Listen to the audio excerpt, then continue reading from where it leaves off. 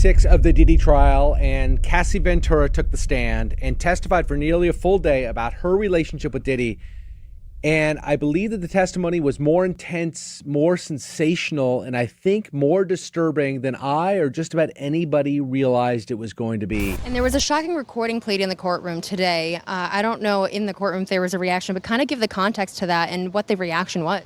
Presumed innocent until proven guilty. That defendant, of course, Sean Diddy Combs, walked. In what may be the most shocking moment yet in the saga of Diddy, CNN has reportedly leaked official courtroom audio, capturing a moment of sheer panic from the hip-hop titan during day 6 of his explosive trial as the public reels from the mounting accusations and intense testimonies being laid out against the Bad Boy Records founder. This audio leak marks a new and unprecedented twist in an already dramatic court case that is being watched by millions across the globe. 6 Diddy trial. I'm going to make this super fast because we have a short lunch break, but Diddy came in this morning, really seemed to be in good spirits, hugged his lawyer, Alexandra Shapiro, and Mark Agnifilo, and they had some discussions about witnesses getting certain testimonies struck. And at one point, Mark Agnifilo said something along the lines of that, this case is becoming based on gossip.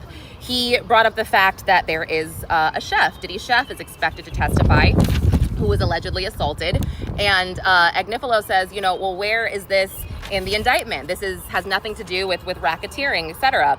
And the government came back and said, look, the chef is a victim of forced labor. And there was a lot of discussion around this, but I want to give you one little piece of that before we go to Dawn Richard finishing her direct examination. Now, I'm going to make this kind of general, but Dawn Richard, she testified about the Cassie Skillet incident On the 6th day of Sean Diddy Combs' trial, Cassie Ventura delivered compelling testimony. Detailing the beginning of their relationship, she shared that at 19, after signing with Bad Boy Records, Combs, then 37, brought her into a world filled with overwhelming control and pressure. Cassie spoke about being pushed into a lifestyle involving substances and described how situations became more intense over time, including moments that left her feeling powerless and manipulated, which, reportedly, were also recorded. Sajuwu 3.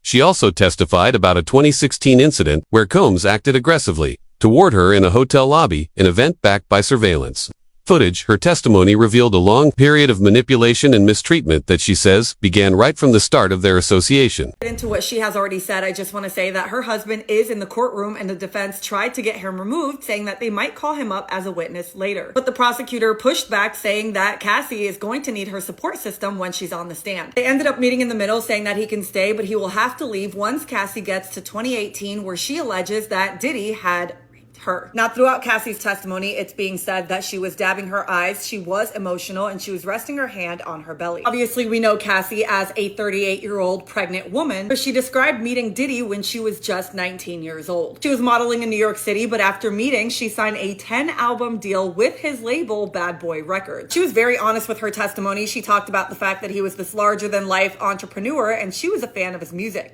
She said she was 21 when Diddy made his first move. She was in Vegas celebrating her birthday when Diddy, out of nowhere, kissed her in the bathroom. She was really confused. She was young and a new artist and didn't really know the lay of the land when it came to things like that. During her testimony, Cassie Ventura recounted moments that highlighted Combs' intense jealousy, especially when it came to her interactions with other men. She described how he would react with anger to both her professional and personal relationships, seeing them as threats to the control he wanted to maintain over her. One significant moment involved his response to her communicating with actor Michael B. Jordan during a film project in South Africa. Cassie said Combs accused her of being unfaithful and reacted with aggressive behavior, showing just how possessive he had become. This really was a full day of testimony. It's the centerpiece of the prosecution's case. Cassie came to the stand. She is, of course, pregnant, and she was ready to testify about the full course of her relationship with Diddy. And remember, they were together for 10 years. This was a decade-long relationship, and that will come into play when the defense has an opportunity to cross-examine her and ask her about the terms of that relationship. The whole idea of consent, yeah. But this was her laying out the narrative in the prosecution's case in chief.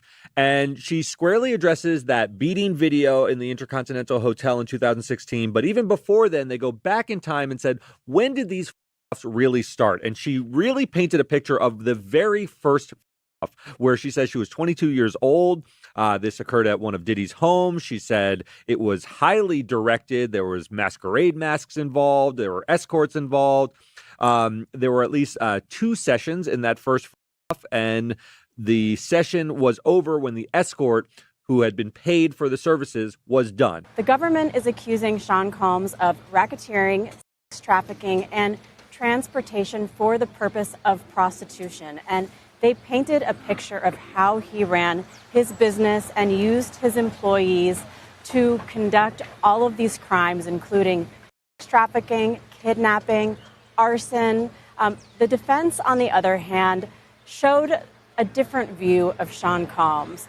They admitted that he has a lot of flaws, that he has a really bad temper, that he is guilty of domestic violence and sexual assault. This pattern of jealousy extended to other relationships as well, with Cassie explaining how Combs' suspicions often led to heated arguments and sometimes physical confrontations. Her words painted a picture of a relationship filled with manipulation and control, where his jealousy acted as a tool to isolate her and maintain power. These accounts support the prosecution's portrayal of Combs as someone who used emotional pressure and control tactics to dominate Cassie. Throughout their time together, at one point, Chris Brown's name was brought up, and it was mentioned in the context of Combs' defense team saying, you both would get jealous. And at one point, Diddy got jealous because you were dancing with Chris Brown at some sort of a nightclub or an event, and he took your phone, and he wanted to see what was in your phone. So this is one of many instances that we're hearing about jealousy.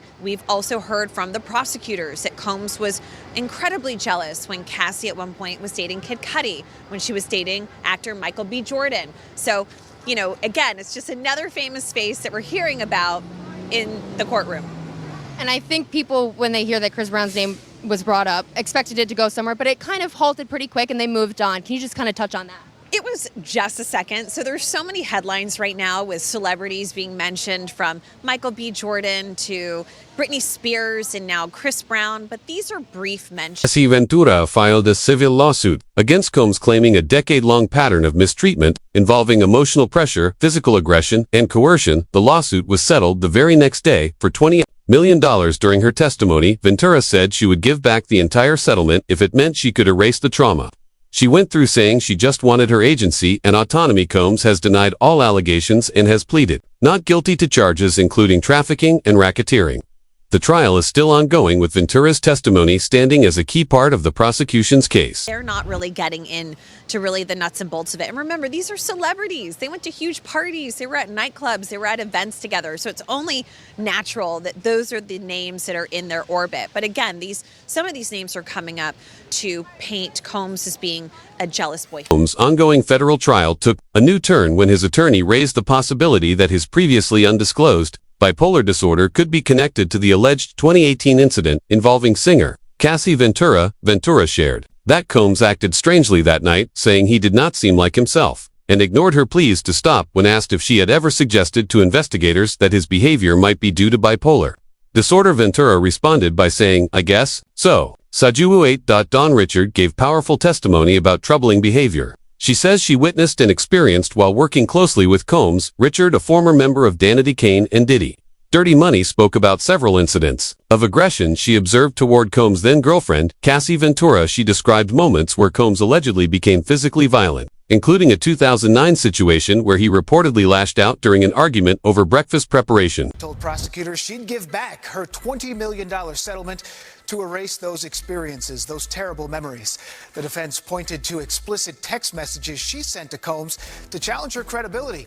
Prosecutors say her story, though, shows a pattern of control and abuse at the heart of the sex trafficking charges. Ventura and her husband, Alex Fine, released a statement after the testimony. Their attorney read it to the public earlier. Take a listen to a portion of it. You did not break the woman who has made me a better man. I did not save Cassie, as some have said. To say that is an insult to the years of painful work my wife has done to save herself. These testimonies offer a closer look at the nature of Diddy's exclusive parties, described as private, heavily guarded events where only trusted individuals were granted entry. According to witnesses, these gatherings were far from ordinary and often crossed boundaries that are now being questioned in court. Several accounts revealed a pattern of behavior that made many attendees uneasy, especially those who were working under Diddy's management. There was a brief mention about a bipolar disorder, which Sean Combs has denied in the past. Kind of talk about how he's denied this, and wondering if maybe in the future of the trial we might learn more about it. So there's been a lot of discussion about drug use on both sides. There's been a lot of talk about their state of mind and their mental health. At one point, Cassie talked about having gone to a treatment center for 45 days to recover from trauma that she experienced in the relationship. At another time, they actually talked about Combs going to rehab, and they talk about a video of him being in nature and trying to get help. But something interesting came up was when Combs' defense team referenced his bipolar disorder, and that's really the first time that we're hearing that he might actually have a diagnosed clinical condition. We know that he has talked about his temper, his mood swings. I mean, that's how he got his nickname, right? Puffy, because he huffs and he... Ex-girlfriend Cassie Ventura. Well, now we're hearing from the next witness. Her name is Dawn Richard. She will testify for the prosecution in just about an hour from now. Now, Dawn Richard, a former cast member on Combs' MTV reality show Making the Band and a member of Diddy's Dirty Money group, a former member. She last testified last week that in 2009, Combs beat Ventura and dragged her upstairs by her hair. She said at the time she then heard glass shattering and Ventura screaming. Now, we should note that Richard sued the music mogul last year, accusing him of physical abuse, groping, and psychological abuse during the years that they worked together. His representative denied the claims at the time. Now, Richard's testimony follows 4 days on the witness stand by Combs' ex-girlfriend, Cassie Ventura.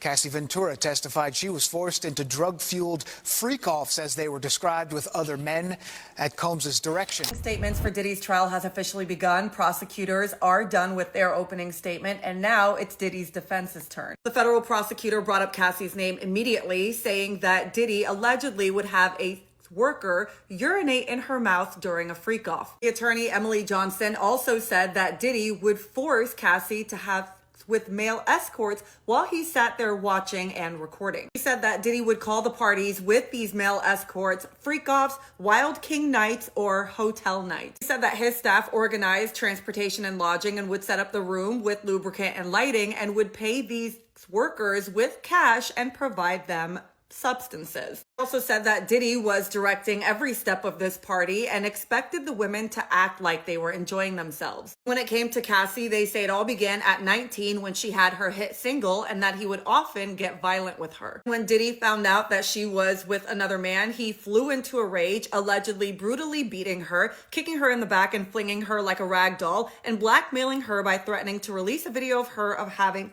with male escorts. Of course, brought up the surveillance video that many of us have seen and said that in one instance, Diddy stomped on her face in an SUV and made her stay in a hotel for a week to hide her injuries. They also say that if she took too long in the bathroom, he would beat her. They also bring up another alleged victim, someone who started hanging out with Diddy in 2020. She was a single mom and she started to fall in love with him before she was exposed to these parties. They say that Jane Doe thought the first time she had a freak off that it was a one-time thing, but it wasn't. They claim that she wanted the escorts to use protection, but Diddy wouldn't allow it, so she would take substances to get through the parties. Feds claim that she had vomited once, but Diddy had forced her to keep going. They also say that Diddy was violent with her and that he would blackmail her with these promised females or males careers in whatever they wanted to do, whether it was management, whether it was music, whatever it was. He promised them the careers, which a lot of the lawsuits say that. And a lot of people have heard the same thing from R. Kelly. You're going to notice a lot of this stuff. If you're not aware of R. Kelly's case, this is a lot of the same stuff that they got R. Kelly under. And where is R. Kelly right now? In prison, rotting away. So this is the exact same thing, just at a, of course, higher level, because, R. Kelly isn't nearly as rich as Diddy and nearly as big as Diddy is. Continuing on, physical abuse by Sean Combs, the defendant, was reoccurrent and widely known. On numerous occasions from at least in or about 2009 and continuing for years, Combs assaulted women by, among other things, like striking, punching, dragging, throwing objects at, and kicking them. That Combs referred to as, among other things, so they literally mention it in the indictment. Offs were elaborate and produced performances that Combs arranged, directed, and got off to. They're basically saying he was, pleasuring himself to this stuff, and often electronically recorded. So here's the thing.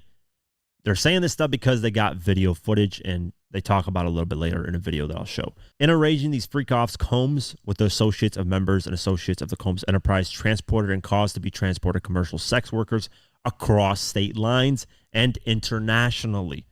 Freak-offs occurred regularly, sometimes lasted multiple days, and often involved multiple commercial sex workers. There's going to be people with crank calls and people that with foolishness and people with malcontent, but we are sifting through that and trying to make sure that we identify and vet people that have real claims, legitimate, credible claims. Right now, we're talking about 120 people from 25 different states for conduct that occurred over 25 years, and a lot of these people were flown in. And this wasn't a secret. I mean, it was known that people were being flown in for these parties. People were being paid cash to attend these parties. People were being identified at clubs or at concerts or on the street even, and invited to these parties. So you have that group of people that are involved. And then you have another group, and maybe this is the more sinister situation where, young people with stars in their eyes wanting to break into the entertainment industry with promises of stars. Some little people, so I'm like, what's going on over there? They look dressed up, I don't know if it's a video shoot going on or what, but I'm just like looking like, okay, little people. And, not midgets. So I'm just thinking like, okay, I know I'm not tripping, I don't know. So I'm just like, whatever. I felt disgusted at this point because now I'm like, okay, this is some Hollywood shit and this must be some billionaire shit. So, see, I'm not that up there. So let me just head on out because I'm not trying to be in the middle of all of this. I need to figure out what the prince about to do with me because it just seemed weird. And I just walked out because I still have my friend out there waiting on me. So it's like I seen what I needed to see and I just was disgusted. Appearance has changed dramatically, looking noticeably thinner and grayer compared to his past public image during jury selection. Combs, who is required to be present, like all criminal defendants, stood in stark contrast to the hip-hop mogul persona he is known for, instead of flashy outfits and celebrity energy. He looked more like a reserved academic, his hair now, mostly gray, and his face paler. He wore simple gray pants, a navy blue crew neck sweater, and a white-collared shirt underneath, showing just how serious this moment is. Combs has been in federal custody in Brooklyn, and that reality is reflected in his current look. Someone even created a visual reference of his new appearance since sketches and descriptions weren't cutting it. The trial continues to reveal surprising turns and bold claims. What are your thoughts on the leaked courtroom audio and Cassie's powerful testimony? Let us know in the comments below.